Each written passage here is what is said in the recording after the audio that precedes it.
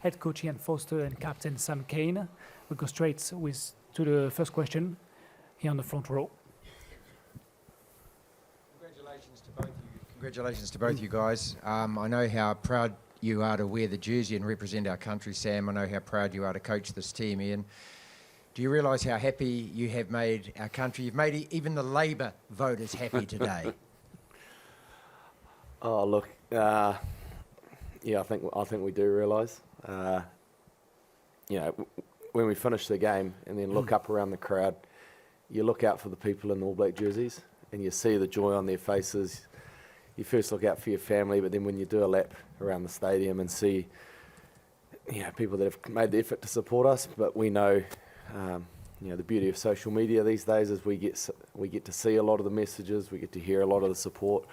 But hey, we'd just like to thank them first and foremost for that support. We feel it, and we're glad we could put a smile on their face Sunday morning back home. Ian, just here. Ian, was that the most important and most impressive victory you've overseen as head coach of this team? No, you guys keep reminding me South Africa was quite important last year. But I'm pretty happy. Where does this one rank then? Pretty high. You know the answer to that. Look, this is a special day for us.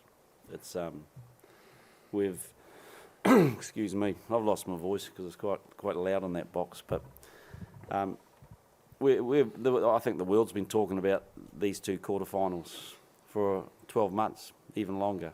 And I guess our one and the one tomorrow night with France, South Africa is likely to be the same. And I think the massive games, two very proud teams, two teams that you saw them desperate to want it.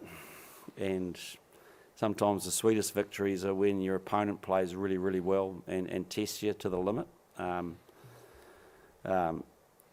We didn't want to play Ireland with 2 yellow cards, and Ireland have got a big record of winning big games when the opposition get cards, and they often do get cards when they play Ireland for some remote reason. I'm not sure why, but it's the end of the day, we played a lot of that game with 14 men, and I couldn't be more proud of the effort of Sam and the players, and I thought we looked in control of it, and it felt good.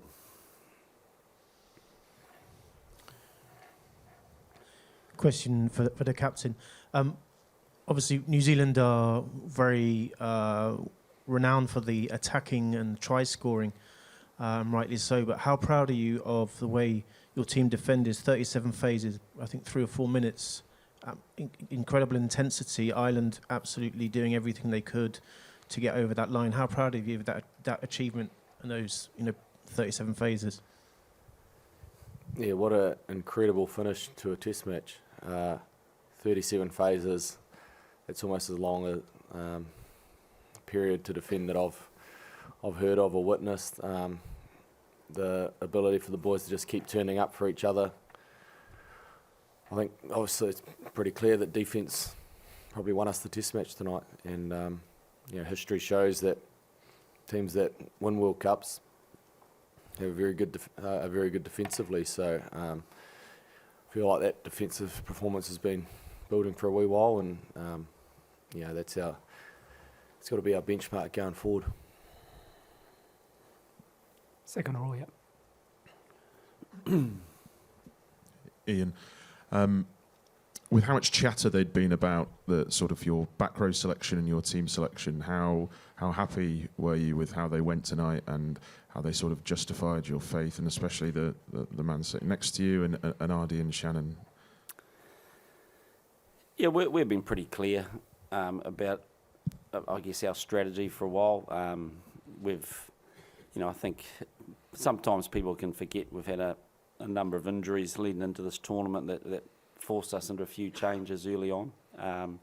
But there's no doubt in my mind about the combination we had. I thought, I think Sam's made for these sort of test matches personally. They're tough test matches. He does a great job. I thought Ardy was outstanding again and put his body on the line just about every second breakdown. And Shannon continues to bring a different style to the game. I thought he I thought his legs looked a little bit, he was running on empty a little bit at times. I thought he overchased one where Ireland scored in that first half. But again, the Lucy's played well. And it was a sort of game, a little bit stop-start in the second half, I felt. There weren't a lot of scrums, and it just meant that we were able to keep our combinations intact for deeper into this game than we perhaps planned to.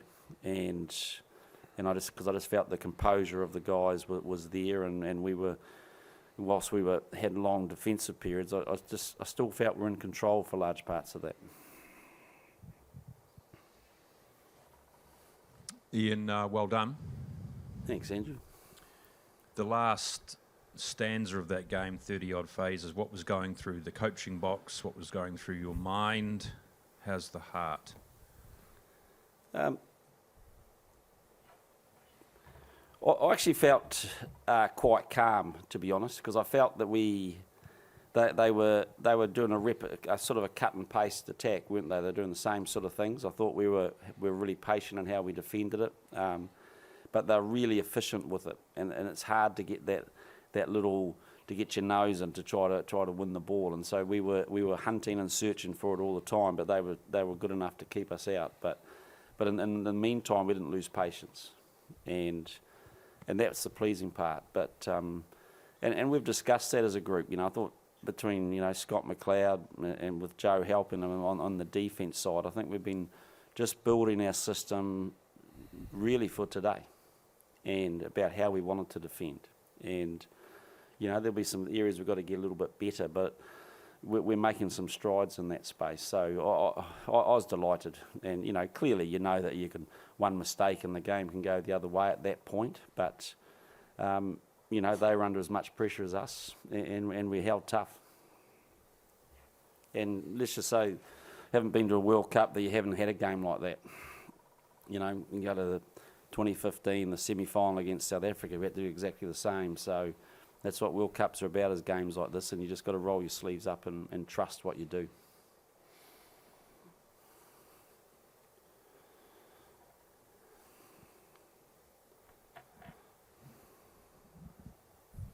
Sam, could you just talk to the mental resolve of this group when Ireland continue to throw everything at you, they score a try, they get within 1 point, just the mental resolve of this group to stay calm and trust, I suppose, the way you're able to keep them out?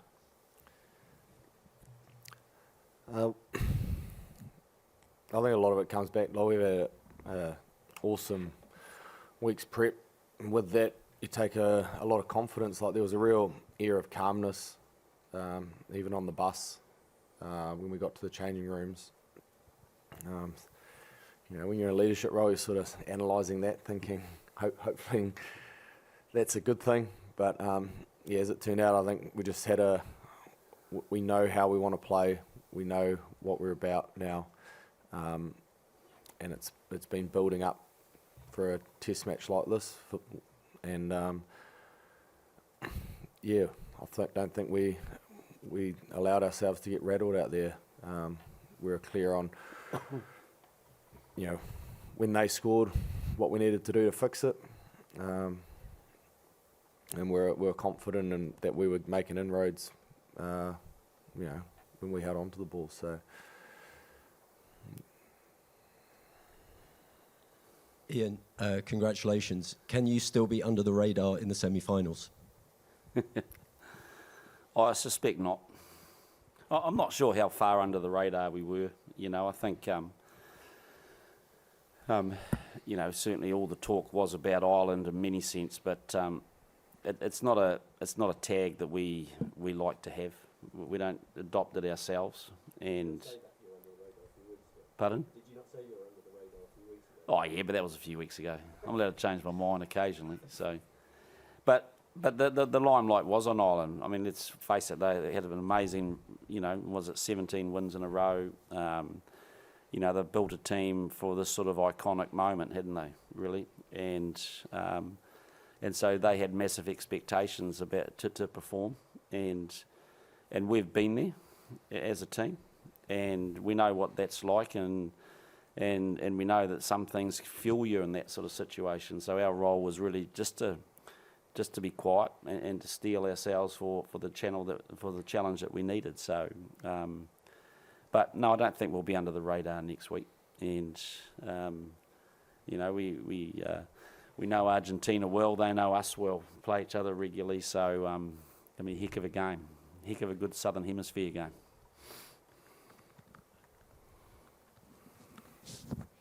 Hi Ian, just building on that. Sorry, just here. Hi Sorry. Ian.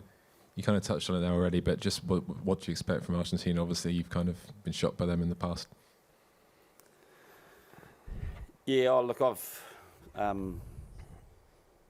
saw a lot of that game. They're tough, Argentina, and when they're in the house and play that physical game, they're tough. But that's about 2 sentences that I'll say about them, and the rest we'll save for the next few days, because I'm still a little bit in the victory over Ireland, to be fair.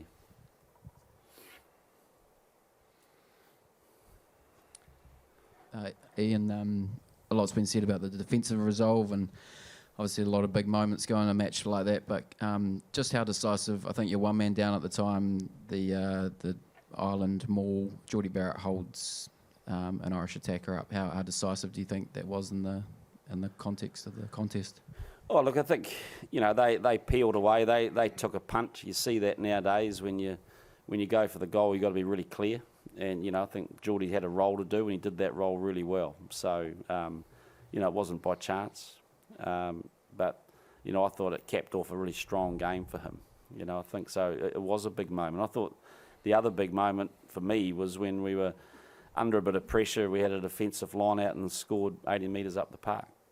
And I thought that was a big moment in that second half, because there's something about scoring long-range tries that it can deflate a team, and that got us out to 8 points, and to me that sort of set the platform of it. So the nice thing for me is there's a nice little mix of some really good attacking stuff and some really courageous defensive stuff in that game. So plenty to work with, and we'll need that. Sam, well done tonight. Johnny Sexton, he played his final game for Ireland. What is he like to come up against, and what have you made of him as a player overall? Oh, look, he's been massively successful for them. It's hard to say too much about other players, because if we hadn't won, then we had a number of iconic players that we'd be sort of saying goodbye to. So, you know, World Cups are really about the result and getting what you want. When it comes to, I know they'll have a few other players probably that are finishing. I know they would have targeted this tournament big for those guys. And look, we know how much it hurts when they don't get what they want. So it'll be, but they'll reflect on their careers. Johnny will be one and reflect on a great career that he's done with Ireland and done them very, very proud. Yeah, look, he's been outstanding for Ireland for a very long time. I think as long as I've been playing Ireland, he's been there. And he's obviously very good at taking the ball to the line, his decision making, and he sort of directs that team and steers them around and does an outstanding job. So, you know, the fact that he's been able to play at the top level for so long is an absolute testament to him and his character, without knowing him too well personally. But anyone who's able to do that, it says a heck of a lot about them, because we all know once you play a test match how much goes into each one. So yeah, congratulations Johnny on an outstanding career. Sam, a question from me. Last year you received a bit of trash talk from Peter O'Mahony, something to do with Richie McCaw in Wellington, and I was just wondering, was that any motivation for you building up to this, and also what were you saying to your players during the game when there was so much adversity, you know, a couple of yellow cards against you and stuff like that? No motivation from that. I think, look, we know they've got a few players that like to get a bit, sort of try to get under your skin, I suppose, with tactics like that. And, you know, we went into the game knowing that they were going to be like that, but really focused, consciously focused on just sticking to our jobs and worrying about executing our stuff. And, yeah, we just didn't buy into it, I suppose. We have time for one more question. Ian, could you just explain to us if it was part of your tactical bet that given the amount of minutes your starting team had and the amount of minutes the Irish starting team and the bench had, was it part of your tactical bet that Ireland would fatigue as the game went on? We thought so. I think there's been a bit of evidence of that in the past. And, you know, so that's why we wanted to keep the game moving, you know, but, you know, I'm not sure they did as much as I would have liked, you know, because look at the way they finished. You know, they finished strong and on top, so I don't think it was a major issue in the game. I think the flow of the game was different. There wasn't a lot of scrums. We would have liked more scrums against them, and I think you saw our scrum dominance in that game, and some more scrums might have taxed their forwards a little bit more, but there wasn't, and that happens. So that meant that we made our subs later in the game than potentially what we did as well. So, but you know, we like to play fast over. It's not just a versus an Ireland thing. It's versus everyone really. But gee, you can't criticise them for their attitude in that last 10 minutes, can you? Ireland, I'm talking about. Thank you very much, gentlemen. This is the Thank end you. of this press conference, and we will be opening the mixed zone shortly.